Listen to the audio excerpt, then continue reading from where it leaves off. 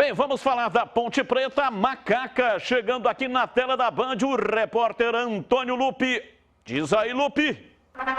Tudo bem, Batista? Mais uma vez, um abraço para você, para todo mundo que está acompanhando os donos da bola. E hoje, a sirene mais esperada pelo torcedor da Ponte Preta nos últimos dias tocou por volta de 10 horas da manhã no estádio Moisés Lucarelli. De forma oficial, a Ponte Preta comunicou a contratação do atacante Luca, que fez muito sucesso com a camisa da Ponte Preta, individualmente falando, em 2017. Ele foi o principal goleador da Macaca no ano, disputou 61 partidas e marcou 24 gols. Depois de sua trajetória pelo Moisés Lucarelli, o Luca não conseguiu ter aí uma boa sequência e nas duas últimas temporadas ele disputou o Campeonato Brasileiro da Série A pelo Fluminense. O Luca, pelo menos a informação que eu tenho, chega com um contrato de 2 anos, essa informação ainda não foi confirmada pela Ponte Preta, e o atacante que desembarcou em Campinas no final de semana já está integrado à delegação da Ponte Preta que está em Itu, realizando aí a parte final da sua pré-temporada. Devido aos casos de Covid, a participação da Ponte Preta na pré-temporada em um hotel na cidade de Itu, ela não tinha sido confirmada até o final de semana, mas mesmo com mais 3 novos casos de Covid, a Ponte Preta decidiu que vai finalizar a sua preparação para o Campeonato Paulista concentrada em esse hotel, que já abrigou aí a seleção do Japão quando disputou a Copa de 2014 e tem uma ótima estrutura para o técnico Gilson Kleina. Quem falou um pouco mais sobre esse período de preparação e o momento que está vivendo com a camisa da Ponte foi o jovem Leonaldi, que também comenta a expectativa para a temporada 2022. As expectativas são as melhores possíveis, porque nós estamos com um elenco bom, né? Formando um time bom, um time que vai brigar para chegar no Campeonato Paulista. E a pré-temporada a gente vai se dedicar ao máximo para conseguir fazer uma boa estreia. Ajuda na concentração, né? Você vai ficar 100% focado nos treinamentos, já na estreia. Vai para ajudar o entrosamento do time, conhecer melhor cada jogador que está chegando, até nós mesmos que veio da outra temporada. E é um momento de conhecer, né, o grupo e cada característica de cada jogador. A torcida pode esperar um time muito intenso, com muita vontade, querendo ganhar o tempo todo, e raça não vai faltar de nenhum jogador. Bom, esse é o volante Leonaldi, ele não está entre os infectados pela Covid-19. Na última quarta-feira, a Ponte divulgou a primeira bateria de exames, onde foi detectado em 9 jogadores com o coronavírus, e nessa última, que foi feita na sexta-feira passada, os 3 novos casos, o Josiel, o Matheus Jesus e o Cleilton. Pelo que foi passado, a maioria dos casos dos jogadores que pegaram a Covid-19, eles estão assintomáticos. E quando cumprir aí o prazo mínimo de isolamento, é claro, com o resultado negativo, todos esses jogadores serão integrados à delegação da Ponte Preta, que, repito, vai finalizar a sua pré-temporada na cidade de Itu. A estreia no Campeonato Paulista da Ponte Preta está marcada para o dia 26 de janeiro contra o Palmeiras, no Allianz Parque. É claro que a prioridade da Ponte é o Campeonato Paulista, mas daqui a pouco, Batista e telespectadores da tela da Band, vai acontecer o sorteio para saber quais serão os confrontos da primeira fase da Copa do Brasil 2022. Financeiramente, a Ponte Preta ela tem aí um objetivo nessa competição para chegar o mais longe possível e arrecadar aí um bom valor financeiro. Os prováveis ou os possíveis adversários da Ponte na primeira fase: o Asa de Arapiraca, o Cascavel do Paraná, Bahia de Feira, o Atlético da Bahia, Rio Branco do Acre, URT de Minas Gerais, Portuguesa do Rio de Janeiro, Castanhal, Porto Velho e Souza da Paraíba. Um desses times será o adversário na primeira fase da Ponte Preta na Copa do Brasil. Batistão. Bom, o sorteio começa às 1 da tarde, né, Lupe? Provavelmente não conseguiremos a informação ainda dentro desse programa, que vai até 1h15. A menos que, tá aí, ó, dê início o sorteio do pote da Ponte. Porque começa às 13 horas. De qualquer maneira, você vai ficar aí no plantão. E caso tenha a informação, você traz aqui pra gente, tá bom? Combinado, Batistão. Valeu, tá aí o Antônio Lupi trazendo a informação. A sirene tocou e a Ponte apresentou ou anunciou a contratação. Essa é a sirene, olha. Toda vez que contrata um jogador, a sirene toca Luca. Está de volta, 61 jogos com a camisa da Macaca, marcou 24 gols em 2017. Vamos analisar aqui a chegada do Luca. O Marco Eberlin havia dito pra gente que ia ter uma cereja do bolo. Cereja do bolo. Foi isso que ele disse na entrevista que nos concedeu aqui no dia 27 de dezembro. O Luca, o CH, pode ser considerado a cereja do bolo? Pode ser considerado reforço. Ele tem estrutura, parte técnica, currículo para chegar e falar assim, nossa, ó, aqui é o seguinte, o ataque da Ponte é Moisés e Luca. Pode ser até um terceiro jogador, eu não sei como é que a Ponte vai jogar. Como a Ponte contratou um monte de volante, eu acho que vai no 4-4-2 esse ano, vai ser diferente de 21. Isso é palpite, palpite, eu não tenho nenhuma informação. De qualquer maneira, gosto, acho que ele vai... Eu espero, né, Batista? Porque você fez essa pergunta na sexta tarde para mim. Foi aquele episódio que aconteceu. Eu espero que isso, né, seja esquecido pela torcida, porque esse moço com a camisa da Ponte, para mim, deu conta do recado, deixou saudade. E eu acho que ele tem condição técnica suficiente para jogar como titular e ajudar muito a Ponte. E tem um aspecto que eu acho que faz muita diferença. O Luiz Fabiano teve determinante participação para o retorno dele. Eu não tenho nenhuma dúvida disso.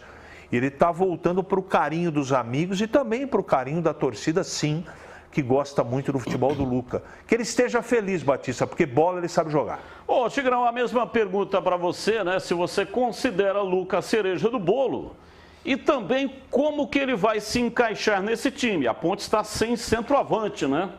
Tem o Josiel aí, parece que renovou o contrato, mas não é também esse centroavante. Aliás, fez uma péssima campanha, marcou um gol aí no último jogo, quando a partida já não valia, quando o campeonato para a Ponte já não valia mais nada. Então, como é que vai se encaixar? Porque o Luca também é Josiel o Cruel, né? Segundo Antônio Lupe, Josiel o Cruel. Porque o Luca também não é centroavante. Não é, mas uma Ponte tem o centroavante, né? Pode ter o Pedro Júnior. Que veio do Vila. Pedro Júnior, pivô, especialista em grande área. Jogador que também flutua, mas é referência. Eu acho que Moisés de um lado, fazendo uma diagonal de um lado, o Luca do outro, de vez em quando sai o Pedro Júnior, o Luca entra, né, faz essa inversão. É um cara que, você está vendo aí quantos gols de dentro da área que nós estamos mostrando aí. Teve uma fase esplendorosa em 2017 na Ponte, marca gol de cabeça, marca gol de canhota, de direita, olha aí, ó. Isso é contra o Palmeiras, ó. Então, eu vou dizer para o seu negócio, para mim é cereja do bolo, sim. E se o Gilson Kleina, mesmo com a grande quantidade de opções para jogar no meio campo, especialmente como volante, se ele optar em jogar no 4-3-3, eu acho que vai começar com Moisés, Pedro Júnior e Luca. Se ele inventar um 4-4-2, cabe o Luca um pouco mais para trás. Porque o Luca não é um atacante de área, apesar de finalizar muitíssimo bem. Se precisar do Luca fazer essa transição meio campo-ataque, ele sabe fazer essa função e vai fazer a aproximação para bater no gol. Agora, eu acho que por aquilo que a Ponte contratou de volantes, que é difícil jogar só com 3 no meio campo e deixar 3 lá na frente. Tendência é que possa ser mudada essa plataforma tática para uma espécie de 4-4-2. Mas essa semana agora em Itu, ela vai ser decisiva para a gente entender melhor, apesar das baixas aí por conta da Covid, da Omicron, né?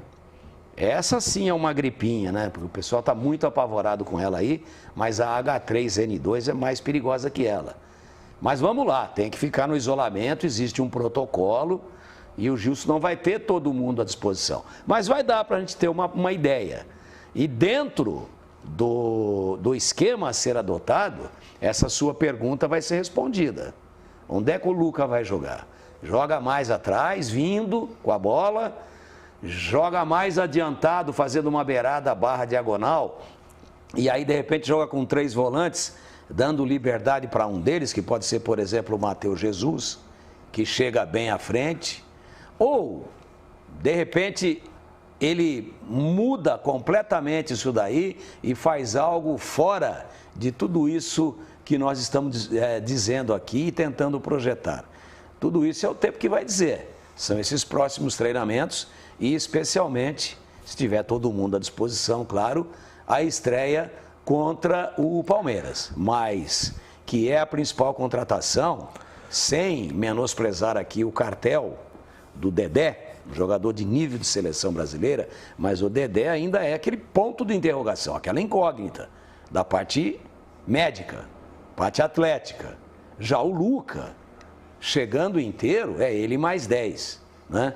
Então, eu acho que a Ponte pode sim comemorar o seu torcedor, a chegada do Luca como a principal contratação da Ponte até agora. Eu estava dizendo que pode ter uma surpresa tática, uma mudança fora de tudo isso que nós estamos falando aqui, por exemplo, com o Matheus Anjos, fazendo esse quarto homem de meio campo aí, ao lado de 3 volantes, ou fazendo o terceiro de meio campo para manter o 4-3-3. Mas é prematuro ainda para dizer.